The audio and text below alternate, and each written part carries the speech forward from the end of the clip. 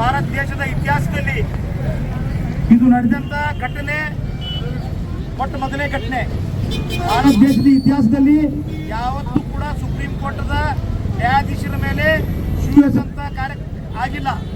ಅದು ಮಾಡಿದಂತ ಕಿಶೋರ ಆ ಒಳಗಿನ ಚಡ್ಡಿ RSS ಅವ್ರ ಮಗ.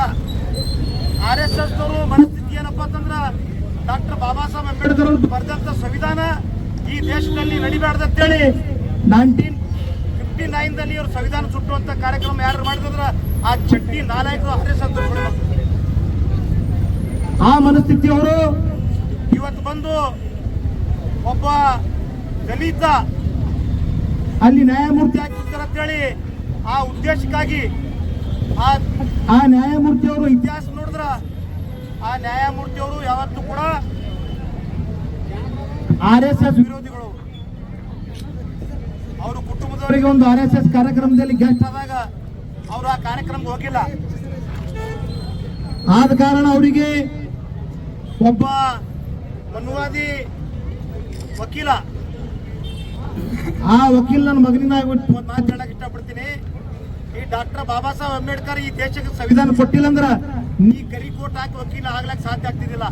ಈ ವಕೀಲ ಆಗಿದ್ದು ಈ ಬಾಬಾ ಸಾಹೇಬ್ರ ಭಿಕ್ಷೆ ಅಂತ ನೀ ತಿಳ್ಕೊಬೇಕು ಮಗನ ಮೊದಲ.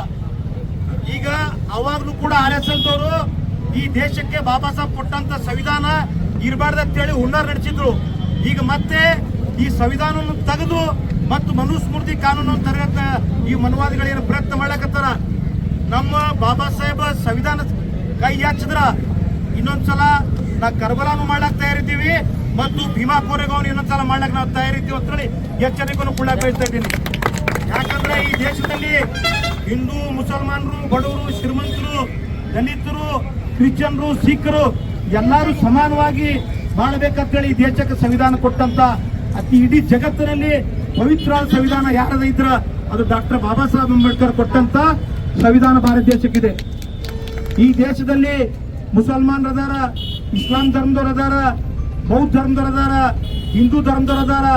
ಆದರೆ ಈ ದೇಶ ನಡೆಯೋದು ಪುರಾಣ ಇಸ್ಲಾಂ ಧಾರ್ಮಿಕ ಗ್ರಂಥಲಿಂದ ಎಲ್ಲ. ಹಿಂದೂದು ಬೈಬಲ್, ಕ್ರಿಶ್ಚಿಯನ್ರು ಬೈಬಲ್ ಗ್ರಂಥಾಲಯದ ಗ್ರಂಥದಿಂದಲ್ಲ. ಇದು ಯಾವುದೇ ಮನುಸ್ಮೃತಿ ಬುಕ್ನಿಂದ ನಡೆಯುವಂತ ದೇಶ ಅಲ್ಲ. ಈ ದೇಶಕ್ಕೆ ಒಂದು ಸಂವಿಧಾನ ಕೊಟ್ಟ ಡಾಕ್ಟರ್ ಬಾಬಾ ಸಾಹೇಬ್ ಅಂಬೇಡ್ಕರ್. ಆ ಸಂವಿಧಾನದಿಂದ ನಾವು ನೀವು ಸಂವಿಧಾನದ ಬಗ್ಗೆ ಈ ದೇಶ ನಡೆಯುತ್ತೆ. ಆದ್ರೆ ಇಂಥ ಘಟನೆ ಒಂದು ಬಹಳ ನಾಚಿಕೆ ಮಾಡಂತ ಘಟನೆ. ಅವ ಶಿವಸಿದ್ದು ಆ ನ್ಯಾಯಮೂರ್ತಿ ಮೇಲಲ್ಲ, ಆ ಭಾರತ ದೇಶದ ಸಂವಿಧಾನ ಮೇಲೆ ಅವ ಶಿವಸಿದ್ದಾನೆ. ಅವನಿಗೆ ಕೇವಲ ಅವನು ಆ ಬಾರ್ ಲೈಸೆನ್ಸ್ ರದ್ದು ಮಾಡಿ ಅವನಿಗೆ ವಕಾಲತ್ ರದ್ದು ಮಾಡೋದಕ್ಕೆ ಅಟ್ಟಕ್ಕೆ ನಾವು ಸುಮ್ ಕುಂದ್ರೋದಿಲ್ಲ. ಆ ನನ್ನ ಮಗನಿಗೆ ಆ ಚಡ್ಡಿ RSS ನವನಿಗೆ ಗಲ್ಲಿಗೆ ಏರಿಸಲೇಬೇಕು.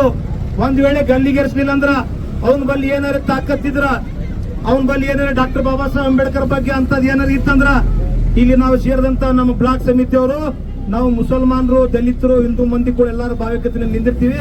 ನೀನು ಗುಂಡ್ಯಾಗ ದಮ್ ಇತ್ತಂದ್ರ ಸಂವಿಧಾನಕ್ಕೆ ಎಷ್ಟು ವರ್ಷ ಮಗನ ನೀವೊಂದು ಮನಸ್ಥಿತಿಲಿಂದ ಒಂದು RSS ಒಂದು ಮನಸ್ಥಿತಿಲಿಂದ ಬಂದು ನೀವೊಂದು ಕೇವಲ ಅಲ್ಲಿ ಆ ಪೀಠ ಮೇಲೆ ಕೂತಂತ ಜಡ್ಜರು ದಲಿತರಿದ್ದೆ ಅಂತೇಳಿ ಇವತ್ತು ಶಿವನ್ ಎಸಗಿದಲ್ಲ. ಆ ದಲಿತರ ಜೊತೆಯಲ್ಲಿ ಇವತ್ತು ಕಾಂಗ್ರೆಸ್ ಪಕ್ಷ ಇದೆ, ಆ ನ್ಯಾಯಾಧೀಶ ಜೊತೆಯಲ್ಲಿ ಇವತ್ತು ಕಾಂಗ್ರೆಸ್ ಪಕ್ಷ ಇದೆ. ನಿಮ್ಮ ಚಡ್ಡಿ RSS ದವ್ರು ಇನ್ನು ಮೇಲೆ ಬಂದು ಕೈ ಹಚ್ಚಿ ತೋರಿಸ್ರಿ ಸಂವಿಧಾನಕ್ಕ. ಇನ್ನೊಂದ್ಸಲ ಭೀಮಾ ಕೋರೆಗಾಂವ್ ಮಾಡ್ಲಕ್ ತಯಾರಿದ್ದೀವಿ, ಕರ್ಬಲಾ ಮೈದಾನ ಮಾಡ್ಲಕ್ ತಯಾರಿದ್ದೀವಿ. ಈ ಮೂಲಕ ನಾವು ಶಾಂತಿಯುತವಾಗಿ ಹೋರಾಟ ಮಾಡಿ ಒಂದು ಮನವಿಯನ್ನು ಕೊಡ್ತಾ ಇದ್ದೀವಿ. ಈ ಮನವಿಯನ್ನು